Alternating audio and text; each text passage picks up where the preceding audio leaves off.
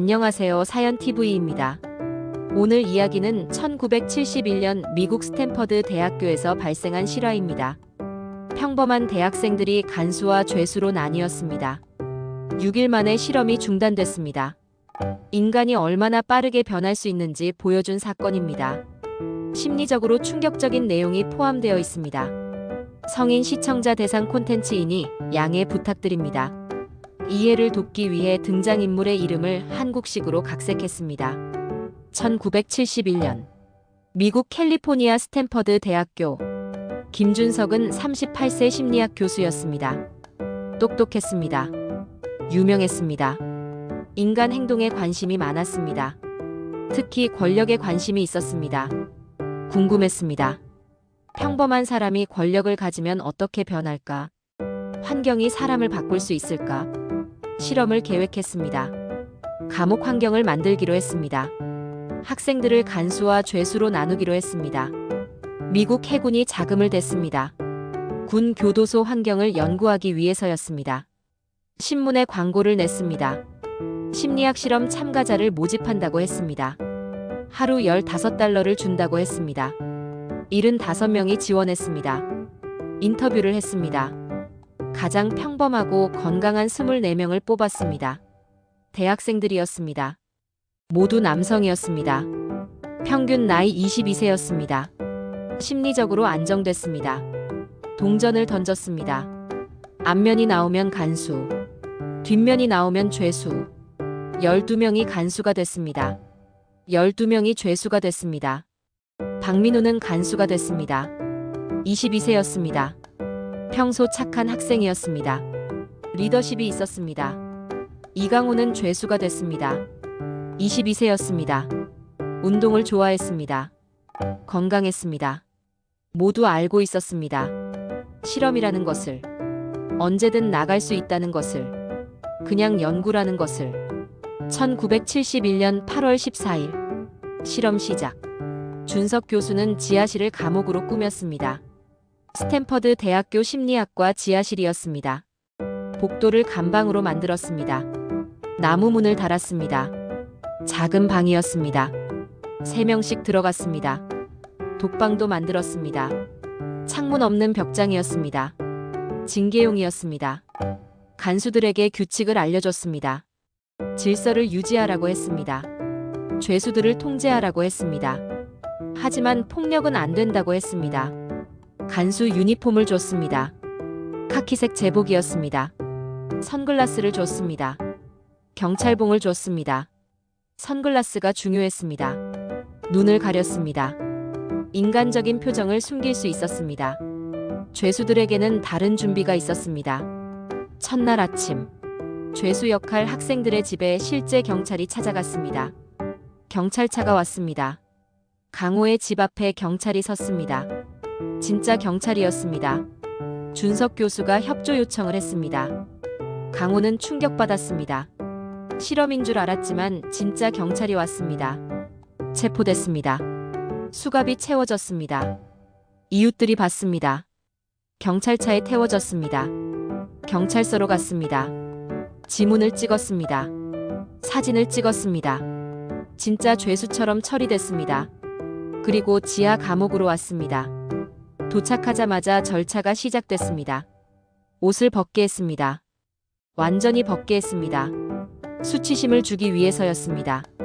이가 있는지 확인한다는 명목이었습니다. 몸 전체를 검사했습니다. 다시 옷을 입혔습니다. 죄수복이었습니다. 흰색 가운이었습니다. 안에 아무것도 입지 못했습니다. 발찌를 채웠습니다. 쇠사슬이었습니다. 항상 감금됐다는 느낌을 주려고 이름 대신 번호를 줬습니다. 강호는 819번이 됐습니다. 이름을 빼앗겼습니다. 개인 정체성을 없앴습니다. 머리에 스타킹을 씌웠습니다. 머리카락을 없애는 효과였습니다. 더 복종적으로 보이게 했습니다. 실험 첫날. 처음엔 어색했습니다. 간수들도 어색했습니다. 죄수들도 어색했습니다. 서로 아는 사람들이었습니다. 같은 학교 학생들이었습니다. 농담도 했습니다. 웃기도 했습니다. 아직 현실감이 없었습니다. 하지만 밤이 되면서 달라지기 시작했습니다. 간수들이 명령했습니다. 규칙을 만들었습니다. 이유 없는 규칙이었습니다. 화장실은 정해진 시간에만 갈 수 있었습니다. 밥은 정해진 시간에만 먹을 수 있었습니다. 잘 때는 불을 켜야 했습니다. 죄수들이 항의했습니다. 왜 이런 규칙이 있냐고. 실험인데 왜 이렇게 엄격하냐고. 간수들이 강압했습니다. 조용히 하라고 했습니다. 말대꾸하지 말라고 했습니다. 처음엔 부드럽게 말했습니다. 하지만 점점 강해졌습니다. 둘째 날, 아침이 됐습니다. 죄수들이 반란을 일으켰습니다. 강호가 주도했습니다. 규칙이 부당하다고 했습니다. 실험인데 왜 이렇게 통제하냐고 했습니다. 죄수들이 따랐습니다. 침대로 문을 막았습니다. 모자를 벗었습니다. 번호를 거부했습니다. 간수들은 당황했습니다. 민우가 생각했습니다. 통제해야 한다고. 소화기를 가져왔습니다. 문을 열고 쐈습니다. 차가운 이산화탄소가 쏟아졌습니다. 죄수들이 놀랐습니다. 흩어졌습니다. 반란이 진압됐습니다. 간수들은 승리감을 느꼈습니다. 권력을 느꼈습니다. 그날부터 달라졌습니다. 민우가 변했습니다. 착한 학생이었던 민우가 다른 사람이 됐습니다. 더 강한 규칙을 만들었습니다. 화장실을 못 가게 했습니다. 양동이를 방에 뒀습니다. 거기서 해결하라고 했습니다. 밥을 먹으려면 간수에게 허락을 받아야 했습니다. 허락을 안 하면 굶어야 했습니다. 잘 때는 팔굽혀펴기를 쉰게 해야 했습니다. 이유 없이. 그냥 명령이었습니다. 밤 1시, 2시, 3시. 자다가 일어났습니다. 점호를 받아야 했습니다. 번호를 크게 외쳐야 했습니다. 819번. 하고 강호가 소리쳤습니다. 목이 쉬었습니다. 눈이 부었습니다. 셋째 날. 심각해졌습니다. 간수들이 더 잔인해졌습니다. 실험인 것을 잊었습니다. 진짜 간수가 된 것 같았습니다. 죄수들을 모욕했습니다. 바보라고 불렀습니다. 쓸모없다고 했습니다. 청소를 시켰습니다. 맨손으로 변기를 닦게 했습니다. 바닥을 혀로 닦으라고 했습니다. 거부하면 징계를 줬습니다. 독방에 넣었습니다. 창문 없는 벽장이었습니다. 어두웠습니다. 좁았습니다. 시간이 얼마나 지났는지 몰랐습니다. 겁이 났습니다. 나가게 해달라고 소리쳤습니다. 죄수 중 한 명이 무너지기 시작했습니다.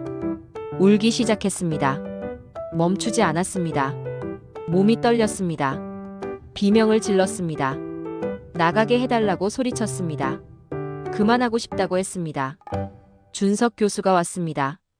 실험을 그만두고 싶냐고 물었습니다. 학생이 말했습니다. 그렇다고. 준석 교수는 이상한 말을 했습니다. 생각해보라고 했습니다. 지금 나가면 돈을 못 받는다고 했습니다. 학생은 혼란스러웠습니다. 돈 때문에 남아야 하나? 아니면 나가야 하나? 결국 남기로 했습니다. 준석 교수 자신도 변하고 있었습니다. 처음엔 관찰자였습니다. 기록하는 사람이었습니다. 하지만 어느 순간 자신이 감옥 소장이 된 것 같았습니다. 감옥이 잘 운영되기를 원했습니다. 죄수들이 탈출할까봐 걱정했습니다. 실험을 잊었습니다. 현실처럼 느껴졌습니다. 넷째 날, 더 심각해졌습니다. 소문이 났습니다. 실험 밖에서 죄수들이 탈출을 계획하고 있다는 소문이었습니다. 거짓 소문이었습니다. 하지만 준석 교수는 믿었습니다. 급히 대책을 세웠습니다. 다른 감옥으로 옮기려고 했습니다. 탈출을 막으려고 했습니다. 경찰서에 전화했습니다. 실제 교도소를 빌려달라고 했습니다. 경찰서가 거부했습니다. 그제서야 준석 교수가 깨달았습니다. 자신이 이상해졌다는 것을. 실험인데 왜 이렇게 진지하게 생각하고 있는지, 왜 탈출을 걱정하고 있는지. 하지만 멈추지 않았습니다. 계속했습니다. 다섯째 날, 외부 방문자가 왔습니다. 부모들이 왔습니다. 면회였습니다. 자녀들을 보러 왔습니다. 간수들은 감옥을 청소했습니다. 깨끗하게 만들었습니다. 좋아 보이게 했습니다. 죄수들은 연기했습니다. 괜찮은 척했습니다. 부모가 걱정할까봐. 부모들은 자녀들을 봤습니다. 이상해 보였습니다. 눈에 힘이 없었습니다. 말이 없었습니다. 하지만 그냥 돌아갔습니다. 실험이니까 괜찮겠지 생각했습니다. 부모들이 돌아가자마자 달라졌습니다. 간수들이 다시 잔인해졌습니다. 더 심해졌습니다. 밤새 자게 하지 않았습니다. 화장실을 며칠째 못 가게 했습니다. 음식을 굶겼습니다. 죄수들 중 한 명이 완전히 무너졌습니다. 이름을 잊었습니다. 번호만 기억했습니다. 자신이 누군지 몰랐습니다. 아무 이유 없이 울었습니다. 웃다가 울었습니다. 울다가 웃었습니다. 해리 증상이었습니다. 현실과 실험의 경계가 사라졌습니다. 준석 교수가 왔습니다. 상태를 봤습니다. 걱정했습니다. 하지만 계속했습니다. 아직 실험이 끝나지 않았습니다. 그날 밤 심리학과 대학원생이 방문했습니다. 크리스티나였습니다. 준석 교수의 여자친구였습니다. 지하실에 들어왔습니다. 죄수들을 봤습니다. 충격받았습니다. 창백한 얼굴들, 빈 눈, 축 처진 어깨. 간수들을 봤습니다. 선글라스를 쓰고 있었습니다. 권위적이었습니다. 냉정했습니다. 크리스티나가 말했습니다. 지금 당장 중단해야 한다고. 이건 잘못됐다고. 학생들이 망가지고 있다고. 준석 교수는 반박했습니다. 중요한 실험이라고. 계속해야 한다고. 크리스티나가 소리쳤습니다. 당신이 이상해졌다고. 감옥 소장처럼 생각하고 있다고. 교수가 아니라고. 준석 교수는 멈췄습니다. 생각했습니다. 맞았습니다. 자신이 변해 있었습니다. 실험을 잊고 있었습니다. 현실처럼 느끼고 있었습니다. 1971년 8월 20일 6일째 준석 교수가 실험 중단을 발표했습니다. 예정보다 8일 일찍 끝났습니다. 14일 실험이 6일 만에 끝났습니다. 죄수들에게 말했습니다. 실험이 끝났다고. 나가도 된다고. 죄수들은 반응하지 않았습니다. 멍했습니다. 믿지 않았습니다. 또 속임수인 줄 알았습니다. 준석 교수가 다시 말했습니다. 진짜 끝났다고. 이제 나가도 된다고. 그제서야 죄수들이 울었습니다. 서로 껴안았습니다. 강호도 울었습니다. 6일 동안 참았던 눈물이 나왔습니다. 간수들은 멈췄습니다. 선글라스를 벗었습니다. 자신들의 모습을 봤습니다. 충격받았습니다. 자신이 그렇게 잔인했는지 몰랐습니다. 민우는 말했습니다. 자신이 그렇게 될 줄 몰랐다고. 그냥 역할을 하다 보니 진짜가 됐다고. 실험 후 인터뷰를 했습니다. 간수들이 말했습니다. 처음엔 연기였다고. 하지만 어느 순간 진짜가 됐다고. 권력이 생기니 사용하고 싶었다고. 죄수들이 말했습니다. 처음엔 게임인 줄 알았다고. 하지만 점점 현실이 됐다고. 번호가 이름처럼 느껴졌다고. 결과가 발표됐습니다. 준석 교수는 결론을 냈습니다. 환경이 사람을 바꾼다고. 착한 사람도 나쁜 상황에 놓이면 나쁜 행동을 한다고. 악한 사람이 따로 있는 게 아니라고. 상황이 악한 행동을 만든다고. 이것을 루시퍼 효과라고 불렀습니다. 천사가 악마가 되는 효과. 논문이 발표됐습니다. 전 세계 심리학계가 충격받았습니다. 하지만 동시에 비판도 받았습니다. 윤리적 문제가 있었습니다. 학생들에게 충분히 설명하지 않았습니다. 언제든 나갈 수 있다는 것을 명확히 하지 않았습니다. 나가겠다는 학생을 붙잡았습니다. 돈 이야기로 설득했습니다. 이것은 비윤리적이었습니다. 교수 자신도 실험에 빠져들었습니다. 객관적이지 못했습니다. 다른 심리학자들이 비판했습니다. 이 실험은 과학이 아니라고. 연극이었다고. 준석 교수는 반박했습니다. 결과는 진짜였다고. 학생들이 진짜로 변했다고. 수십 년간 논쟁이 계속됐습니다. 2018년 새로운 폭로가 나왔습니다. 실험에 참가했던 학생들이 말했습니다. 일부 간수들이 준석 교수에게 지시를 받았다고 했습니다. 더 잔인하게 행동하라고 지시받았다고 했습니다. 순수한 실험이 아니었다고 했습니다. 결과를 조작했다고 했습니다. 준석 교수는 부인했습니다. 사실이 아니라고 했습니다. 하지만 실험의 신뢰성은 흔들렸습니다. 여전히 논쟁입니다. 진짜였을까? 조작이었을까? 하지만 한 가지는 분명합니다. 평범한 학생들이 6일 만에 변했습니다. 간수는 잔인해졌습니다. 죄수는 무너졌습니다. 환경이 사람을 바꿉니다. 역할이 정체성을 바꿉니다. 권력이 인간을 변하게 합니다. 이 교훈은 여전히 유효합니다. 전쟁 범죄, 학교 폭력, 직장 갑질. 모두 같은 원리입니다. 나쁜 사람이 나쁜 짓을 하는 게 아닙니다. 나쁜 상황이 나쁜 짓을 만듭니다. 당신도 그 상황에 놓이면 어떻게 될까요?